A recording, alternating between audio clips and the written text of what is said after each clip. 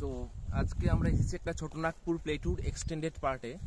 তো পুরো dry area এটা, ঠিক আছে। আর এখানে সব থেকে বেস্ট এক্সাম্পল হচ্ছে ওয়েদারিং। বিভিন্ন রকমের ওয়েদারিংয়ের এক্সাম্পল আছে, আমার পিছনে দেখিয়েছিলাম আদার্স ভিডিওতে, এবং আজকেও কিছু আমি আইটেম দেখাবো। যেমন আমার পিছনে একটা পাহাড় দেখা যাচ্ছে দূরে, ঠিক আছে, এবং ওই পাহাড়ের ওই টপগুলো যে দেখতে পাচ্ছেন আপনারা, দেখুন ছোট ছোট ছোট বোল্ডার সব হয়ে আছে। এগুলা সব হচ্ছে তাপের ফলে সৃষ্ট আবহবিকার, মানে তাপমাত্রা পরিবর্তনের ফলে সৃষ্ট আবহবিকার। তো কি কি আছে তাপমাত্রা পরিবর্তনের ফলে সৃষ্ট আবহবিকার? এখানে আছে প্রস্তরছাই খণ্ডীকরণ, মানে ব্লক ডিসইন্টিগ্রেশন, বোল্ডার ক্লিভিং, অনেক কিছু আছে। মানে যান্ত্রিক আবহবিকার বা ফিজিক্যাল ওয়েদারিং বা মেকানিক্যাল ওয়েদারিং এর বেস্ট এক্সাম্পল। এবং কিছু কিছু জায়গায় আমি দেখেছি এখানে কিছু রাসায়নিক আবহবিকারও দেখা গিয়েছে।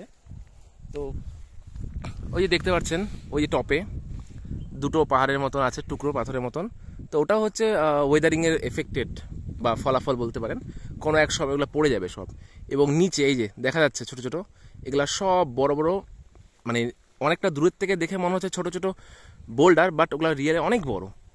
দেন ওই যে ওখানে একটা দেখা যাচ্ছে, এগুলা সব হচ্ছে প্রস্তরছাই খণ্ডীকরণের রেজাল্ট। এবং টোটাল পাহাড়টাতেই এই রকম মানে একটা প্রমাণ।